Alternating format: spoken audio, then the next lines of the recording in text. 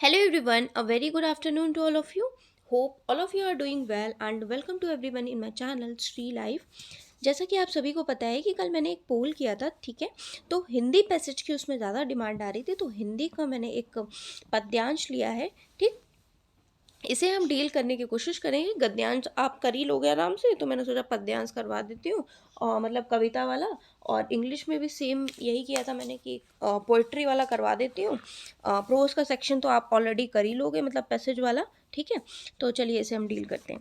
देखिए, इसको हम ऐसे समझते हैं कि हमें कुछ भी नहीं पता है। अब हम इसको, सबसे पहले मेरी ये टेक्निक होती है, नंबर वन ट्रिक ये है कि मैं पैसेज को एक बार रीड आउट कर लेती हूँ, जिससे मुझे क्या मिल जाता है, ओवरव्यू मिल जाता है कि इसमें बात क्या हो रही है, ठीक। उसके बाद मैं क्वेश्चंस पे मूव ऑन करती हूँ, ठीक।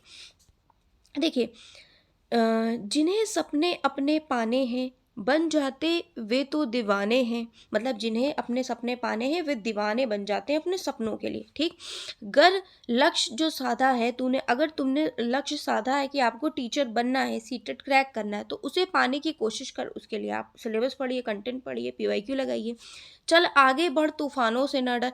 कितने भी तूफान हो, मतलब आपका सिलेबस अभी नहीं पूरा हुआ है, ठंड लग रही है, ऐसा हो रहा है, वैसा हो रहा है, तो आप तूफानों से मत डरिए, विषम परिस्थितियों से मत डरिए। चल कश्ती उठा, मतलब अपना सिलेबस उठाइए, कोर्स उठाइए, ठीक है, पीवाईक्यू उठाइए, और सागर में उतर, मतलब पढ़ने बैठ जाइए, ठीक है रात अंधेरी फिक्र है क्या, ठीक है। अभी अंधेरी रात, मतलब आपकी विषम परिस्थितियां हैं, ठंड बहुत लग रही है और ब्लोअर नहीं है ठीक है। या कुछ भी ऐसा हो सकता है कि विषम परिस्थितियां हो, कि आप खुले में बैठे हों, कुछ भी हो, कोई बात नहीं।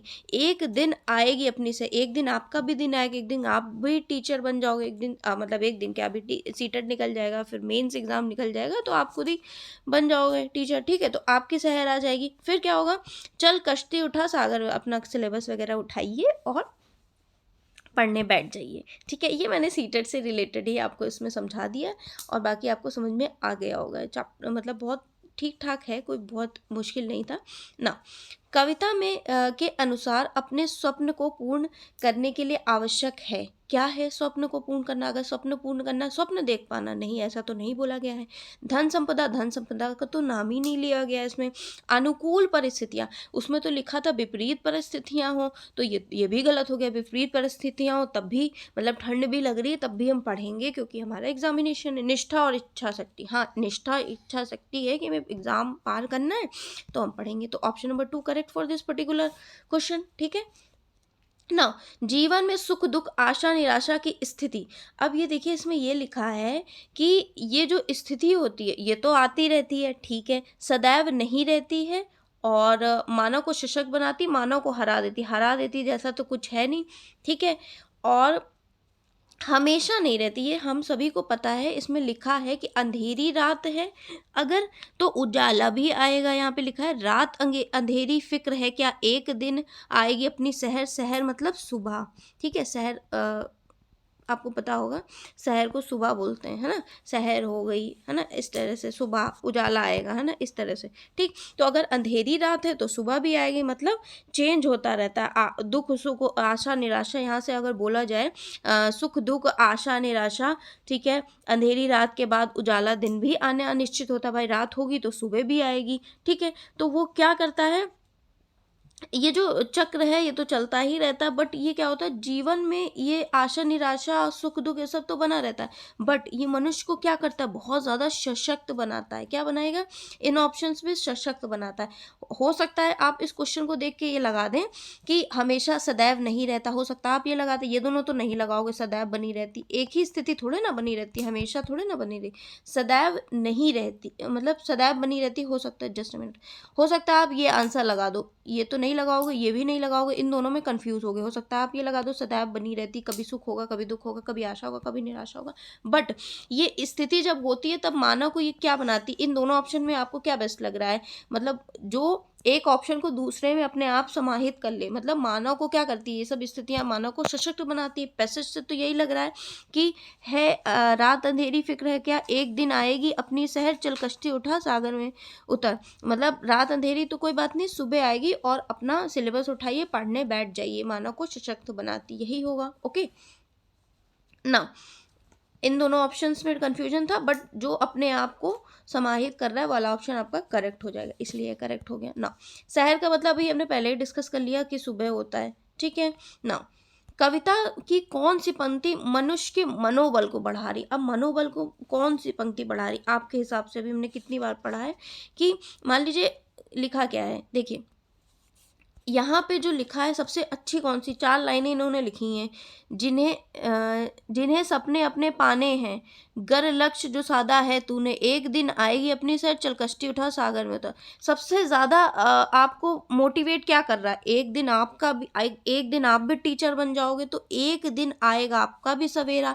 भाई यही तो सबसे ज़्यादा मोटिवेट कर रहा है। देखिए, है अंधेरी रात फ़िक्र है क्या, एक दिन आएगी अपनी सहर, मतलब सबसे ज़्यादा क्या मोटिवेट कर रहा है? एक दिन हमारा भी दिन आएगा, एक दिन हम भी सब कुछ बाय कर लेंगे, सब कुछ परचेज़ कर लेंगे। तो यही तो मोटिवेट, इसीलिए तो हम पढ़ते हैं कि नौकरी पा लें, कुछ अच्छा कर लें, तो यही मोटिवेट कर रहा है। सबसे ज़्यादा मनोबल यही बढ़ा रहा है, ओके। इसमें ज़्यादा कुछ समझाने की ज़रूरत है नहीं। कविता के मुख्य स्वर के रूप में कौन-सा वाक्यांश उचित है? अब बताइए कौन-सा वाक्यांश इसमें उचित है? मुख्य स्वर क्या है? सागर में उतर, एक दिन आएगी, जो साधा है तूने, है अंधेरी रात। सबसे ज़्यादा तो इन्होंने यही बोला है, मुख्य स्वर की बात करें तो सबसे ज़्यादा यही बोला है, सागर में उतर।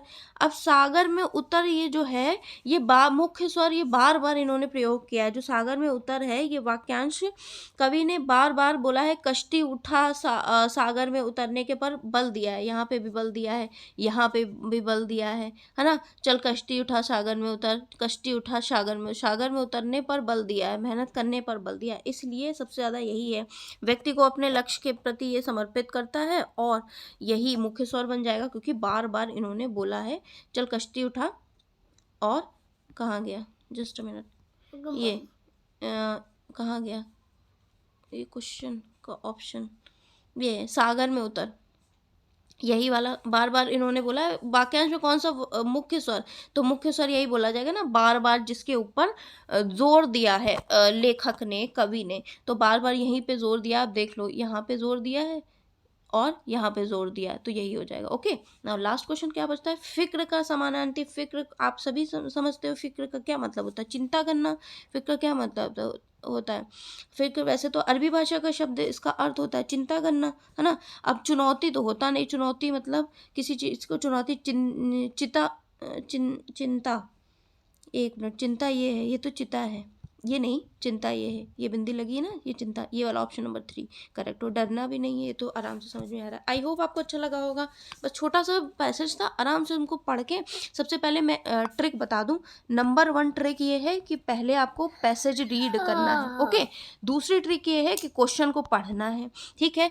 तीसरी ट्रिक क्वेश्चन को पढ़ लेना है। तीसरी ट्रिक ये है कि ऑप्शन पे आपको जाना है, ठीक है। ऑप्शन में आपको एलिमिनेट करना है। 2 तो आप इजीली एलिमिनेट कर दोगे, ठीक है। 2 आप एलिमिनेट, मैंने ये 2 एलिमिनेट कर दिए थे आराम से। फिर 2 में है, मान लीजिए 2 में, यहाँ पे तो तीनों एलिमिनेट हो गए थे, ये तो अनुकूल हो गए नहीं, विपरीत की बात कर रहा है। यहाँ पे थोड़ा सा प्रॉब्लम आ रही थी, मान लो 2 ऑप्शन में आपको लग रहा है ये दोनों तो अपने एलिमिनेट कर दिए थे, ठीक है।